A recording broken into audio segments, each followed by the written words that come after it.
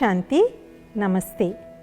ETV life ఆధ్యాత్మిక channel మానస కార్యక్రమానికి స్వాగతం. మీరు ఒక విషయం గమనించి ఉంటారు, ఎవరైతే ఆధ్యాత్మికతలో మంచి ఒక పరిపక్వతకు చేరుకుంటారో వారికి ఆయుష్ ఎక్కువ ఉంటుంది, దీర్ఘాయుషులుగా ఉంటారు. ఎవరైతే రియల్ ప్రాక్టీస్ చేస్తారో, ఓకే యాక్సిడెంట్లు అయ్యి హఠాత్ మరణాలు దుర్మరణాలు అయితే అది వేరే విషయం, కానీ న్యాచురల్ లైఫ్ ఏదైతే ఉందో వాళ్ళకి ఎక్కువ ఉంటుంది, ఆయుష్ ఎక్కువ ఉంటుంది. బ్రహ్మకుమారీస్ తాలూకా ఎవరైతే హెడ్స్ ఎవరైతే ఉన్నారో అందులో అందరూ 95 పై చిలుక జీవించినటువంటి వారే.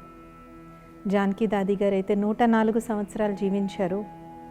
కరెంట్ బ్రహ్మకుమారీస్ హెడ్ అయినటువంటి రతన్మోహిని దాది గారికి 100 సంవత్సరాలు ఈ సంవత్సరమే పూర్తయ్యాయి అన్నమాట, 2024లో.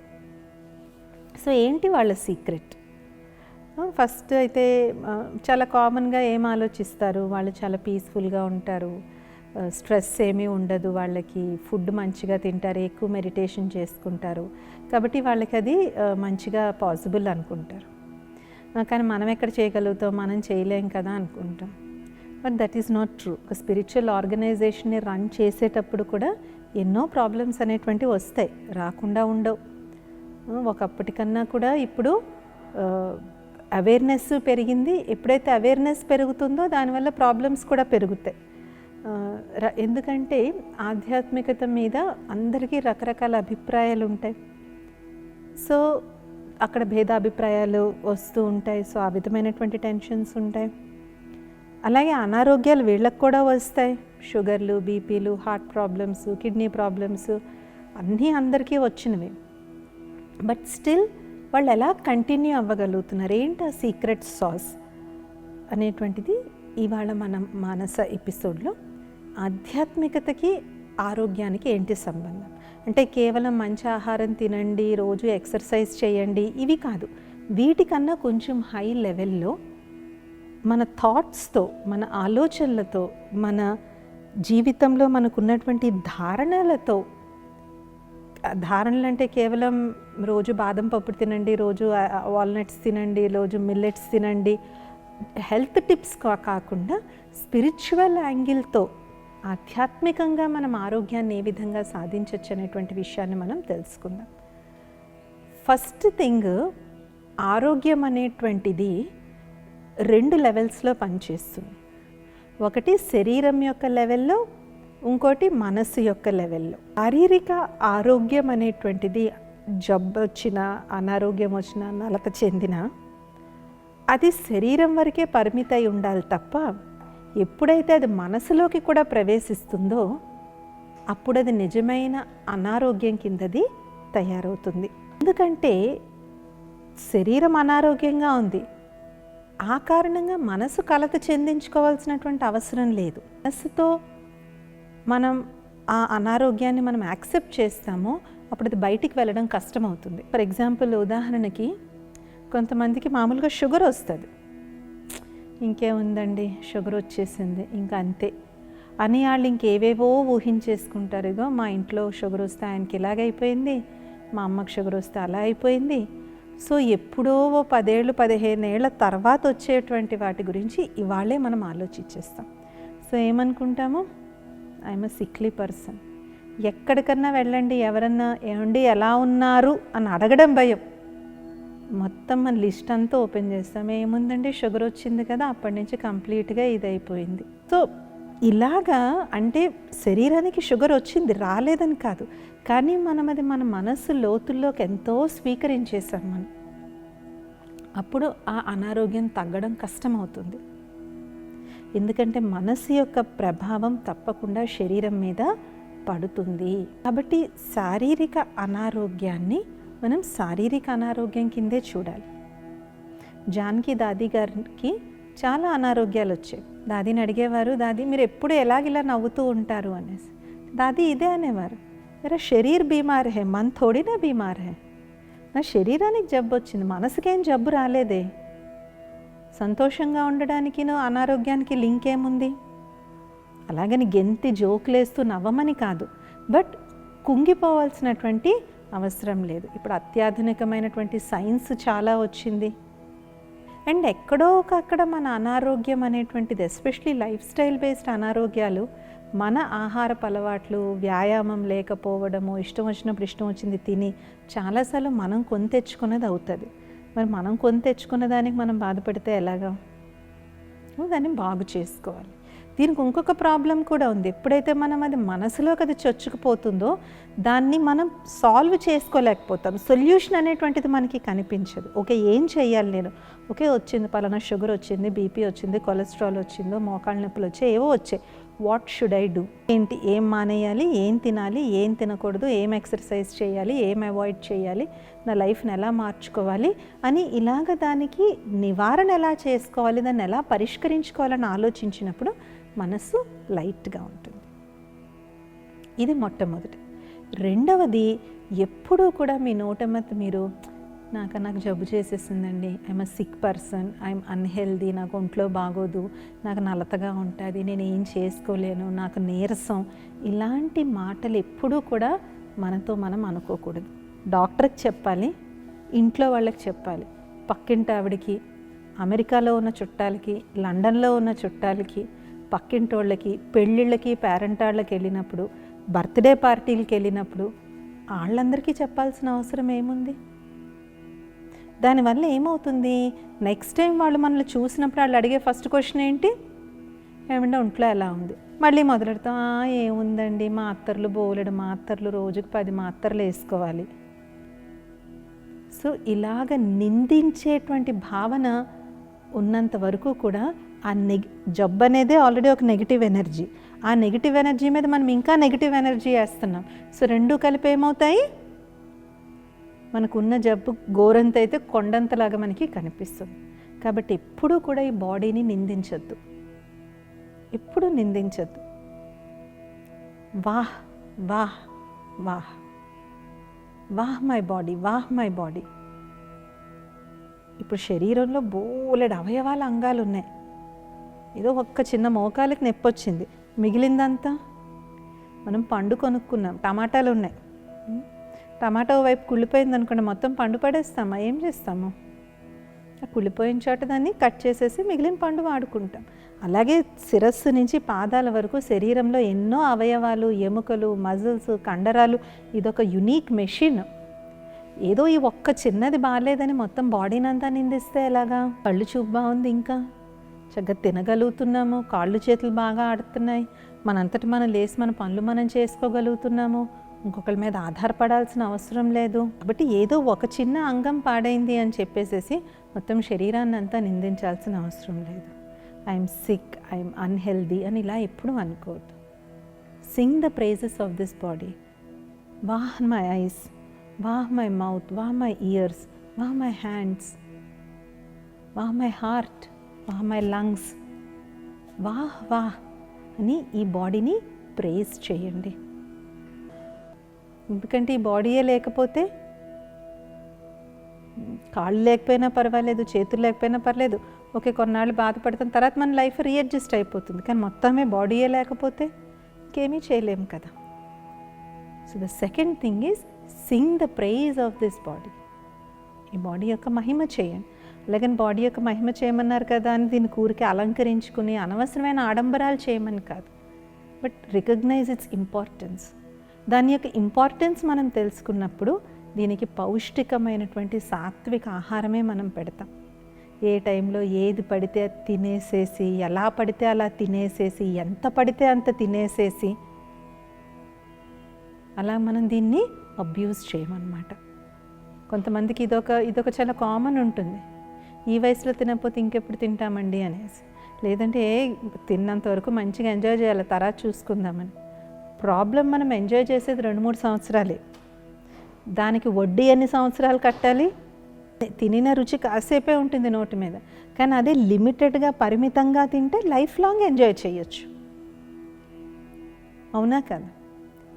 సో కాబట్టి ఎప్పుడైతే మన బాడీని మనం ఇలాగ ప్రైజ్ చేస్తామో, అప్రిషియేట్ చేస్తామో, అప్పుడు దాని యొక్క వాల్యూ మనకు తెలిసినప్పుడు దాన్ని మనం పాడు చేయడానికి మనం ట్రై చేయమన్నమాట. మూడవది, మన అనారోగ్యం వల్ల మనం బాగా కుంగిపోతూ ఉంటే దానివల్ల పక్క వాళ్ళకి ఏమవుతుంది, వాళ్ళ ఎనర్జీ కూడా తగ్గిపోతుంది, వాళ్ళ ఎనర్జీ లెవెల్స్ కూడా తగ్గిపోతాయి.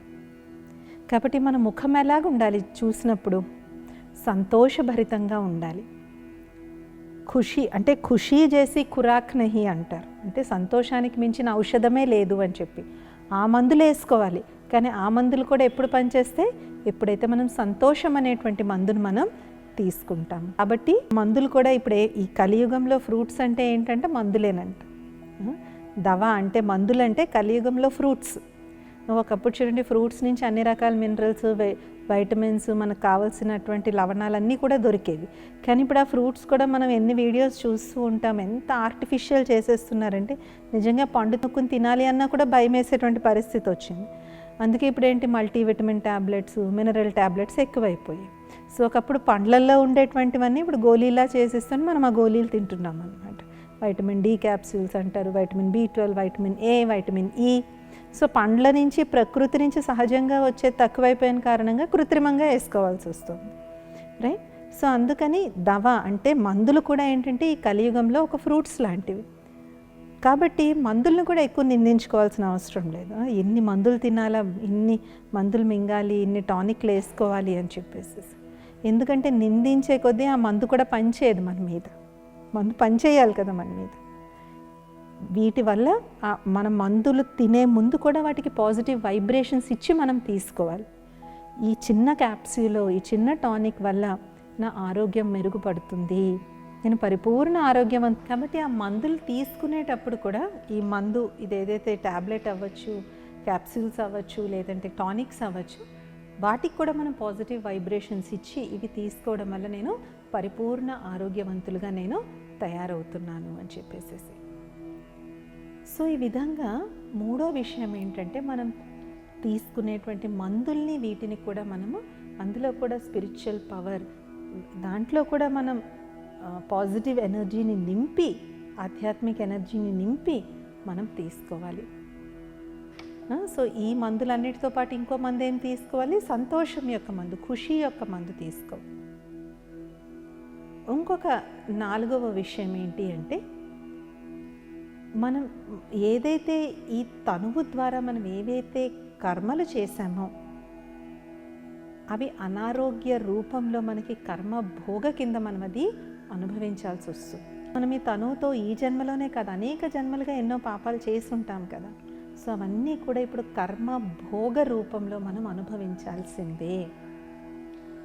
ఎందుకంటే మనము శరీరంతో కర్మ చేసే శరీరాన్ని అక్కడే పూజ చేసి ఉండొచ్చు, కాల్చేసి ఉండొచ్చు, కానీ ఆ ఫలితం ఎందులో ఉంటుంది, ఆత్మ మీద ఉంటుంది.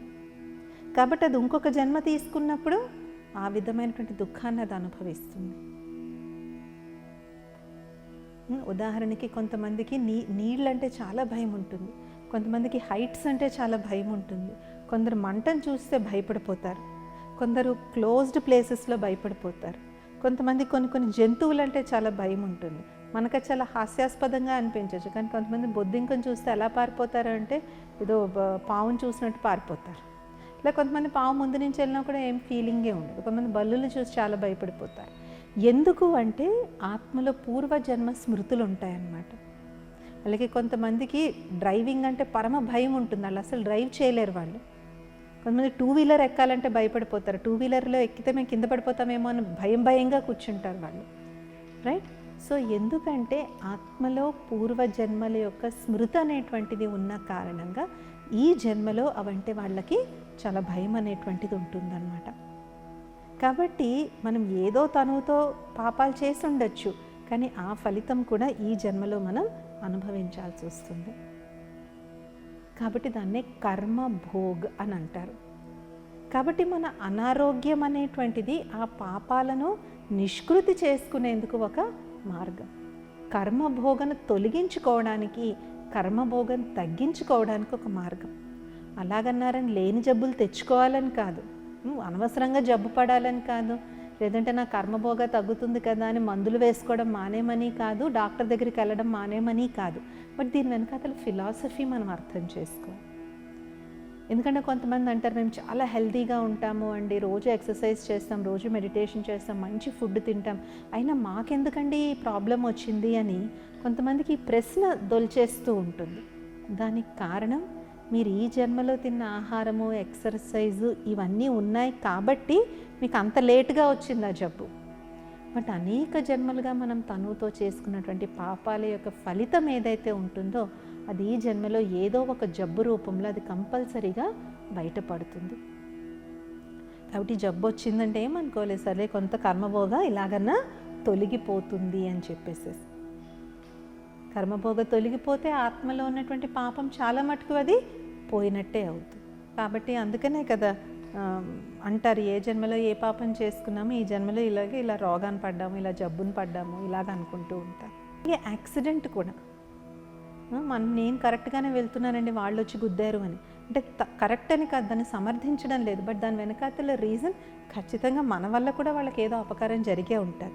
అందుకే రోడ్డు మీద అన్ని వందల వెహికల్స్ ఉన్నా వాళ్ళు వచ్చి మనల్నే గుద్దుతారు, లేదంటే మన వెళ్ళి వాళ్ళనే గుద్దుతాం. ఈ కర్మ ఫిలాసఫీ అనేటువంటిది హెల్త్లో చాలా ఇంపార్టెంట్గా పనిచేస్తుంది. అందుకే ఆధ్యాత్మికతలో కర్మకు చాలా ప్రాధాన్యత అనేటువంటిది ఉంది. మన మనసుతో ఒక చెడు సంకల్పం వచ్చినా కూడా అది కర్మేంద్రియాలతో ఎప్పుడూ కూడా దాన్ని చేయకూడదు. కర్మేంద్రియాలతో ఎప్పుడైతే మనం చేస్తామో దాని ఎఫెక్ట్ డబుల్ ట్రిపుల్ అయిపోతుంది అది. అందుకని మనకు బాగా ఉక్రోషం వచ్చేస్తుంది, కోపం వచ్చేస్తుంది, మనం తట్టుకోలేకపోతున్నాం. అక్కడి నుంచి వెళ్ళిపోవడం మంచిది. అక్కడే ఉండి ఏదో చెయ్యెత్తేసి కాలెత్తేసి అనరాని మాట అనేదానికన్నా సైలెంట్గా మన మూడ్ సెట్ అయ్యే వరకు అక్కడి నుంచి వెళ్ళిపోవడం మంచిది. మనసులో వికల్పాలు రావడం కూడా పాపమే, కానీ తనువు ద్వారా అది వ్యక్తీకరిస్తే మాత్రం అది ఇంకా ఎక్కువ పాపం కిందది పరిగణించబడుతుందన్నమాట. కాబట్టి ఎప్పుడైతే మనకి కొన్ని అనారోగ్యాలు వస్తాయి, ఎస్పెషలీ చాలా బాధాకరమైన విషయం చిన్నపిల్లల్లో భయంకరమైన జబ్బులు వచ్చినప్పుడు, ఇప్పుడు తల్లిదండ్రులకు అసలు బుర్ర పనిచేయదనమాట, బ్రెయిన్ పనిచేయదు వాళ్ళకి, నా బేబీకి ఏంటి ఇలా వచ్చింది అని. కానీ అది మనకి వినడానికి కష్టంగా ఉన్నా సరే అవన్నీ కూడా పూర్వజన్మ సుకృతాల కింద వస్తాయి. బట్ అలాంటి పిల్లలకి చాలా మంచి ఫుడ్ ఇవ్వడం, మంచి ఫుడ్ అంటే కేవలం విటమిన్స్ మినరల్స్తో ఉన్న ఫుడ్ కాదు, మెడిటేషన్ చేసినటువంటి ఫుడ్ని ఇవ్వడం.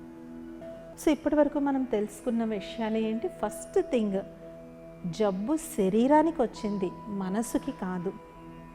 ఈ వ్యత్యాసం తెలుసుకోండి. తెలుసుకుని శరీరానికి వచ్చిన జబ్బు శరీరం వరకే ఉంచండి, దాన్ని మనసులోకి రానివ్వద్దు. రెండవది, ఎప్పుడూ కూడా ఈ శరీరాన్ని నిందించద్దు. దీని యొక్క భాగ్యాన్ని, ఈ శరీరం నాకు ఉండడం వల్ల నేను ఎంత భాగ్యవంతుడని ఈ శరీరం యొక్క గాయనం అనేటువంటిది చేయండి. వాహ్ వాహ్ వాహ్ వాహ్ వాహ్. మూడవది, మనం వేసుకునేటువంటి మందులు, మనం పాటిస్తున్నటువంటి ఆరోగ్య చిట్కాలు ఏవైతే ఉన్నాయో వాటిని సంతోషంగా స్వీకరించండి.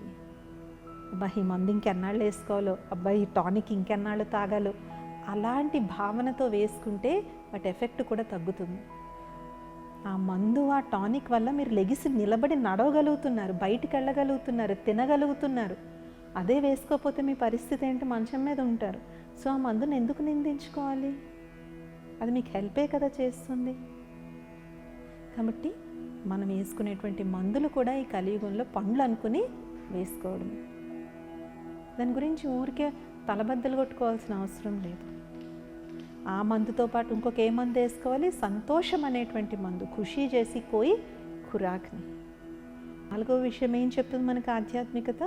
మనకు వచ్చేటువంటి శారీరక అనారోగ్యాలన్నీ కూడా కర్మభోగకు నిదర్శనం. సార్ చూడండి అంటాం, అమ్మో ఎంత పెద్ద యాక్సిడెంట్ తప్పిపోయిందండి మాకు అని. అంటే అది మీరు చేసుకున్నటువంటి పుణ్యకర్మలకు మీకు నిదర్శనం. మీరు ఏదో జన్మలో చాలా మంచి పుణ్యం చేశారు, అందుకే ఈనాడు మీకు అంత పెద్ద యాక్సిడెంట్ కూడా మీకు తప్పిపోయింది. లేదంటే మీరు ఈ జన్మలో చాలా మంచి పనులు చేశారు. అందుకే ఎప్పుడూ కూడా మనం వేరే వాళ్ళు మనల్ని నిందించి తిట్టుకునే విధంగా మనం పనులు చేయకూడదు.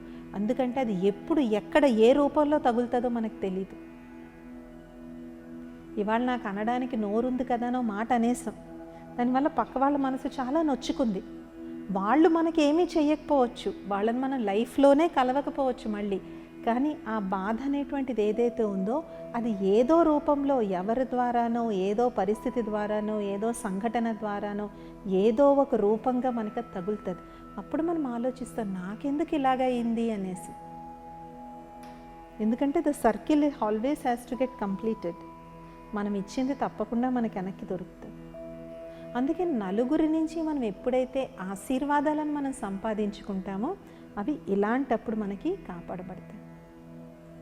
చూడండి, కొంతమంది కారుకి యాక్సిడెంట్ అవుద్ది, కారు గుజ్జు అయిపోద్ది, కానీ అందులో ఉన్న వాళ్ళకి చిన్న గీత కూడా తగలదు. అయింది అది. ఎందుకంటే ఆ లోపల ఉన్న వాళ్ళు చాలా పుణ్యాత్మలు.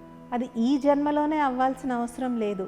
అనేక జన్మలుగా వాళ్ళు చేసుకున్నటువంటి పుణ్యం ఈరోజు వాళ్ళ ప్రాణాలని కాపాడింది. వెంటనే అప్పుడు ఏం చేస్తారు, దేవుడి గుడికి వెళ్ళిపోయి దేవుడు కొబ్బరికాయలు కొట్టి దండం పెట్టేసి భగవంతుడు అని మనం దండం పెడతాం. కాబట్టి మనం ఏది చేసుకుంటే అది కర్మల ద్వారానే కాదు, మన మాటల ద్వారా అవ్వచ్చు, మన సంకల్పాల ద్వారా అవ్వచ్చు, అది తప్పకుండా మనకి రిటర్న్ వస్తుంది. మన ఫ్రెండ్ ఎవరో ఒక నగ కొనుక్కున్నారు, మీకు తెచ్చి చాలా సంతోషంగా చూపెట్టారు, నేను ఇవాళ ఈ నెక్లెస్ కొనుక్కున్నాను, గాజులు కొనుక్కున్నాను అని. బయటికి మనం నవ్వుతూ అంటాం, కానీ లోపల మనలో అసూయ, ద్వేషము, ఈర్ష వచ్చాయి అంటే ఏమవుతుంది? సో మనకి వాళ్ళకి మధ్య ఉన్నటువంటి ఎనర్జీ ఏమైంది? మారిపోయింది. ఇప్పుడు మన దగ్గరికి ఏదైతే బంగారం రావాలో అది కూడా ఆగిపోతుంది. ఎందుకు అంటే మనలో ఉన్నటువంటి అసూయ అనేటువంటి నెగిటివ్ ఎనర్జీని, ఆ సంపత్తిని మన దగ్గరికి రాకుండా ఆప్ చేస్తుంది. ఈ ఫిలాసఫీ ఆధ్యాత్మికతలో మనం అండర్స్టాండ్ చేసుకోవడం చాలా ముఖ్యం. ఇందులో శారీరక అనారోగ్యం అనేటువంటిది చాలా పెద్ద కర్మ భోగకి. సో ఈ 4 విషయాలు మనం తెలుసుకున్నాం. ఇవన్నీ ఏంటి? జబ్బు వచ్చిన తర్వాత చేసేటువంటివి. కానీ అసలు రాకుండా ఉండాలంటే ఎలా చేసుకోవాలి?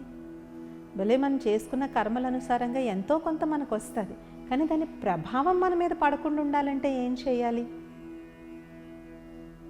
ఓకే, మంచి ఫుడ్ తినాలి, రోజు ఎక్సర్సైజ్ చేయాలి, ఇవన్నీ కూడా ఓకే, ఇవన్నీ అందరూ ఎవరన్నా చెప్తారు, అన్నిట్లో మనకు తెలిసేటువంటి విషయం. కానీ మనం తినేటువంటి ఆహారాన్ని, తాగేటువంటి వాటర్ అవ్వచ్చు, టీ అవ్వచ్చు, కాఫీ అవ్వచ్చు, మజ్జిగ అవ్వచ్చు, ఏదన్నా అవ్వచ్చు, దాన్ని మనం స్పిరిచువల్ పవర్తో ఛార్జ్ చేసుకుని తినాలి, తాగాలి. అందుకే మీరు బ్రహ్మకుమారీస్లో చూసినట్లయితే ఆఖరికి షాప్ నుంచి పండు కొని తెచ్చిన ఆ పండును శుభ్రంగా కడిగేసి భగవంతుడికి నైవేద్యం పెట్టిన తర్వాతే ఆ పండును కూడా తినడం జరుగుతుంది. ఎందుకు భగవంతుడికి ఎందుకు నైవేద్యం పెట్టాలి? అది ఫ్రూటే కదా, కరెక్టే. కానీ ఆ ఫ్రూట్ మనం డైరెక్ట్గా పొలం నుంచో లేదంటే తోట నుంచో తేలేదు. మధ్యలో ఒక 100 మంది చేతులు మారే, వాళ్ళందరూ కూడా ఏ దృష్టితో చూస్తారు ఆ ఫ్రూట్ని? దీంతో నేను డబ్బులు ఎలా సంపాదించాలి, దీంతో నేను ఎక్కువ డబ్బులు ఎలా సంపాదించాలి అని. సో అందరూ దాన్ని ఒక పండు కింద కన్నా ఒక డబ్బు సంపాదించే సాధన కింద చూస్తారు. సో అందులో ఎలాంటి ఎనర్జీ అనేటువంటిది ఉంటుంది? ఒక కమర్షియల్ భావన అనేటువంటిది ఉంటుంది. కానీ అది మనం పరమాత్మకి ఎప్పుడైతే మనం సమర్పితం చేస్తామో అది పాజిటివ్గా అవుతుంది. అందుకనే చూడండి, కొంతమంది ఎవరికైతే పొలాలు అవి ఉన్నాయో వాళ్ళు ఏమంటారు, మా ధాన్యం అది మా పొలం నుంచే మేము కొనుక్కుంటామండి, బయట మేము తినము అంటారు. ఎందుకు? మన పొలం నుంచి మనం తెచ్చుకున్నటువంటి ధాన్యం అంటే అది మనది, దాని చాలా భావన ఉంటుంది, అందులో చాలా పాజిటివ్ ఎనర్జీ ఉంటుంది. అదే మనం షాప్లో కొనుక్కుంది, it's lot of commercial energy in it. కాబట్టి మనం ఏ ఫుడ్ తిన్నా తాగినా దాన్ని కంపల్సరీగా అందులో ఛార్జ్ చేసి పరమాత్మ యొక్క శక్తి అందులో నింపి తిని తాగాలి. ఒక్కోసారి మనకి ఇంట్లో వండుకోవడానికి అవ్వకపోవచ్చు, ఆఫీస్ క్యాంటీన్లోనో, స్కూల్ క్యాంటీన్లోనో, కాలేజ్ క్యాంటీన్స్లోనో తినాల్సి వస్తుంది. సో ఆ వండేటువంటి వ్యక్తి యొక్క మనోస్థితి ఎలా ఉందో మనకి తెలియదు. సో ఆ వ్యక్తి తాలూకా వైబ్రేషన్స్, ఆ ఎనర్జీ కూడా ఫుడ్లో అనేటువంటిది ఉంటుందన్నమాట. కాబట్టి ఆ ఫుడ్ని కూడా మనం తీసుకుని దానికి కాసేపు పాజిటివ్ వైబ్రేషన్స్ ఇచ్చిన తర్వాత మనం ఫుడ్ని కన్జ్యూమ్ చేయాలి. ఇంకా జంక్ ఫుడ్ తినద్దు, ప్రాసెస్డ్ ఫుడ్స్ తినద్దు, ఇవన్నీ అందరికీ తెలిసేటువంటి విషయాలు. సో ఆరోగ్యం అనేటువంటిది కేవలం స్థూలమైనటువంటి శారీరక లెవెల్లో ఉండేటువంటిది కాదు. అండ్ ఇందులో ఇంకొక చిన్న సీక్రెట్ కూడా ఉంది. మనం అనారోగ్యం పడినప్పుడు మన చుట్టుపక్కల వాళ్ళందరూ మనకు చేస్తారు కదా. ఎందుకు చేస్తారు అంటే అది వాళ్ళకి మనతో ఉన్నటువంటి రుణం, వాళ్ళకి మనకి చేయాల్సిన రుణం ఉంది, మనం వాళ్ళతో చేయించుకోవాల్సిన రుణం మనకుంది. కాబట్టి వాళ్ళు మనకి చేయడానికి నిమిత్తం అవుతారన్నమాట. కాబట్టి ఆరోగ్యంలో ఇన్ని ఆధ్యాత్మిక రహస్యాలు అనేటువంటివి ఇమిడి ఉన్నాయి. ఇవన్నీ మనకు అర్థమైనా కాకపోయినా ఒకటి గుర్తుపెట్టుకోండి, అనారోగ్యం శరీరానికి వస్తుంది, మనసుకి కాదు. కాబట్టి శరీరానికి వచ్చిన అనారోగ్యం సంతోషంగా నా కర్మభోగ చుట్టూ అవుతుంది, నా పాపం తగ్గుతుంది అనుకుని దాన్ని మనం తగ్గించుకునేందుకు పూర్తి ప్రయత్నం చేయాలి. కాబట్టి వాటి మానసాలు మనం ఆధ్యాత్మికత, ఆరోగ్యంలో ఉన్నటువంటి ఆధ్యాత్మిక సూత్రాలను తెలుసుకున్నాం. వచ్చే మానసాలు ఇంకొన్ని విషయాలు తెలుసుకుందాం. ఓం శాంతి, నమస్తే.